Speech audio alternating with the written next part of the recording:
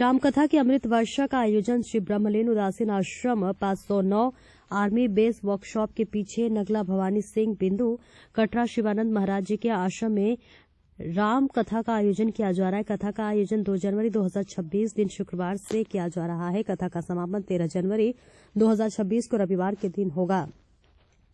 कथावाचक श्री जगवीर राज सिंह महाराज जी ब्रजवासी के मुख से राम कथा का अमृत वर्षा का प्रसाद प्रदान किया जा रहा है और अब आपको बता दें कि सभी क्षेत्रवासियों और शहरवासियों से निवेदन है कि कथावाचक की वाणी का अमृत प्रसाद ग्रहण करने की कृपा करें। कथा में कोतवाल सिंह, अन्य ऋषिगण, ब्राह्मणगण, साधु संतों ने कथा का प्रसाद ग्रहण करने के लिए कथा स्थल पर पहुंचे और क्षेत्र के वासी और ग्रामीण वासी भी राम कथा का आनंद लिया और क्षेत्र के कुशवाहा भी कथा स्थल पर मौजूद रहे और व्यवस्था का जायजा लिया।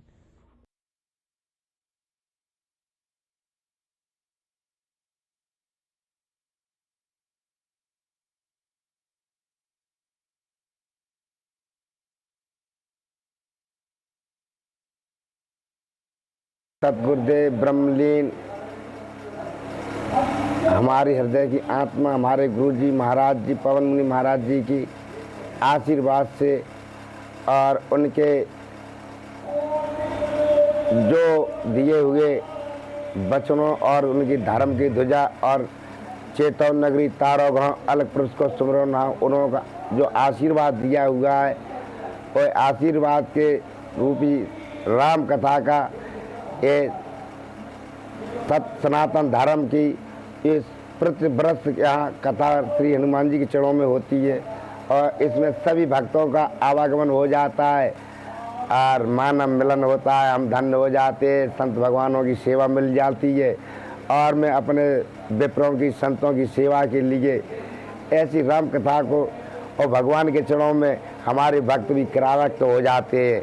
और ब्रह्म ज्ञान उदासीन आश्रम 509 आर्मी वर्कशॉप के पीछे एक छोटी सी कुटिया हनुमान जी की है। वहाँ पर हमारे संत भगवान आते और महान पुरुष आते, उनकी सभी की श्री हनुमान जी की मनोकामना से कार्य पूरे सिद्ध होते। बोली बजरंग बली की श्री जगवीर महाराज ब्रजवासी मथुरा। ब्रजवासी जी, आज घुम्मट के 5G नाम के पीछे कथा का आयोजन चल रहा है और कब से चल रहा है? ये 2 जनवरी नई साल से प्रारंभ हुआ है और सभी यहाँ की जनता के सहयोग से और महाराज जी हैं सेवानंद जी महाराज उदासीन आश्रम, उनकी कृपा से चल रहा है और संतों की कृपा से हमारा पूरा भारत देश चल रहा है। कथा का आयोजन कब से कब तक चलेगा? ये 2 से और 10 जनवरी तक चलेगा। कुछ कहना चाहेंगे जनता के लिए? देखो जी, ऐसा है जी पत्रकार जी, पहले तो मैं आपको धन्यवाद देता हूँ, ऐसी बातों को आप आए हमारे पास, आपका स्वागत है, वेलकम है। हम इतने कोई ऊंचे संत तो नहीं हैं, राम जी की कथा के माध्यम से हिंदू धर्म का प्रचार और सनातन धर्म का प्रचार कर रहे हैं और जनता को यही बताना चाह रहे हैं कि भाई हम सब भारतीय ऋषि मुनियों की संतान हैं और हमारा मेन टारगेट रहता है माता पिता की, बड़े बूढ़ों की सेवा। आज 80% बड़े बूढ़ों को बड़ी समस्या है, बेटा बेटी सत्कार आदर भाव से नहीं देख रहे हैं और नई पीढ़ी तो पता नहीं बड़े बूढ़ों से कहाँ भाग रही है। तो मैं तो ये 9 दिन की कथा चलती है महाराज जी, आपकी कृपा से और संतों की कृपा से हम तो यही बताते हैं कि भाई बड़े बूढ़ों की सेवा करो। और चौपाई भी कहती है अयोध्या कांड में, दोहा नंबर 40 की चौपाई कहती है, जो बेटा बेटी माँ बाप की सेवा करते हैं उनका दुर्भाग्य सौभाग्य में बदल जाता है। जब राम जी को वनवास मांग हो जाता है, मांग लेती हैं कैकेयी मैया, तो राम जी क्या कह रहे हैं?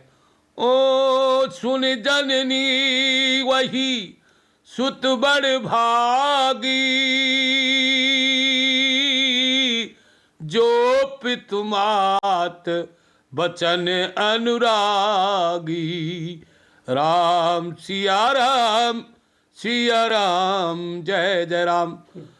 तो नंबर 45 अयोध्या कांड का तो क्लियर कर देता है माँ बाप की सेवा से क्या मिलेगा, सुन लीजिए आप भी। 4 पदार्थ कर तलता के, प्रिय पितु मात प्राण समझा के।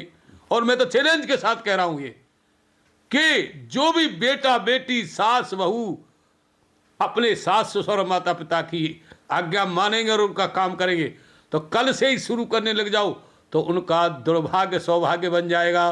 बोले श्री रामचंद्र भगवान की जय। मैं नई जनसंख्या को, न्यू जनरेशन को यही संदेश देना चाहता हूँ कथा के माध्यम से। जय श्री राम, जय श्री राधे। आपको धन्यवाद बार बार।